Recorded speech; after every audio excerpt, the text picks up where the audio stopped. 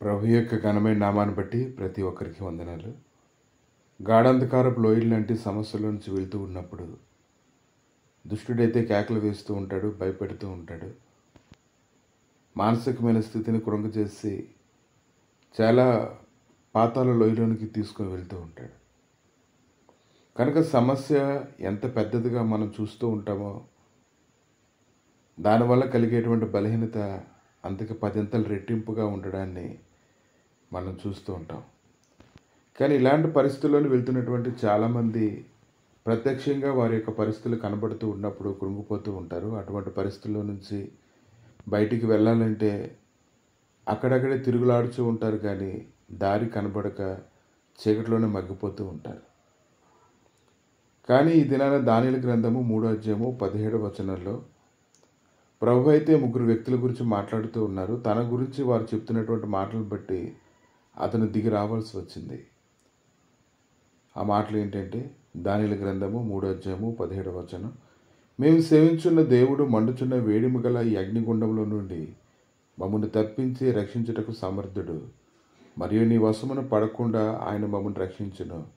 ఒకవేళ ఆయన రక్షించకపోయినా పర్వాలేదని వారు మాట్లాడుతున్నటువంటి మాటలను బట్టి విశ్వాసన కర్తయ్య దాన్ని కొనసాగించేవాడని యేసువైపు చూచుచూ వారు పెరుగుతున్నటువంటి విధానాన్ని కానీ గమనించినట్లయితే ఆయన సమర్థుడని సమర్థుడని సమర్థుడని వారు పలుకుతున్న బలమైనటువంటి మాటలను బట్టి వారి హృదయంలో బలహీనత వారిని జయించలేకపోవడాన్ని మనం చూస్తున్నాం.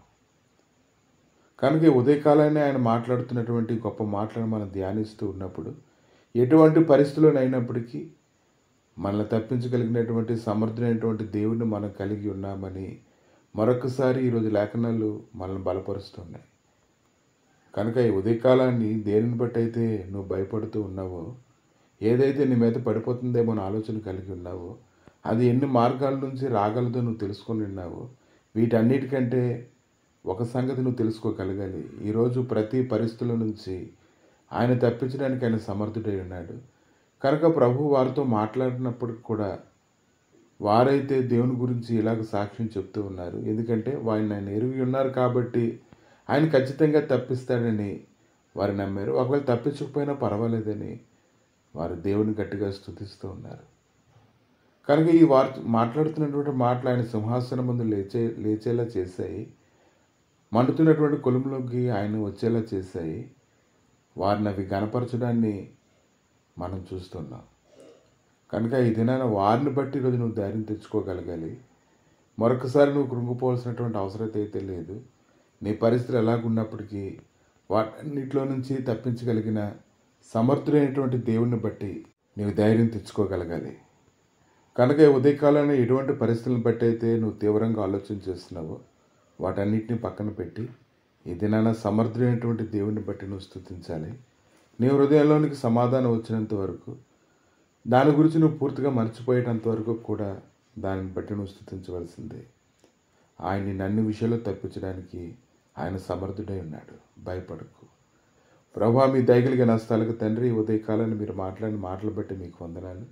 నాయన, నువ్వు అన్నిటికీ సమర్థుడవు ప్రభువా, నీకు వందనాలు. జ్ఞానులు జ్ఞానమును మధ్యలో పట్టుకోవడానికి, వివేకుల వివేకమును శూన్యపరచడానికి, సోదగాంటిని వెనక్కి తిప్పివేయడానికి, అన్ని విషయములలో కృప చూపించడానికి నువ్వు శక్తిమంతుడు ఉన్నావు నాయన.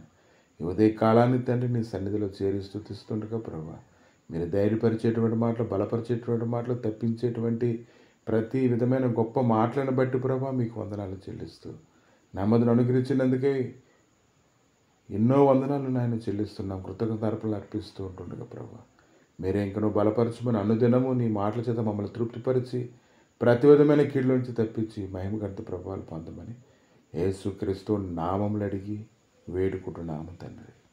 ఆమేన్.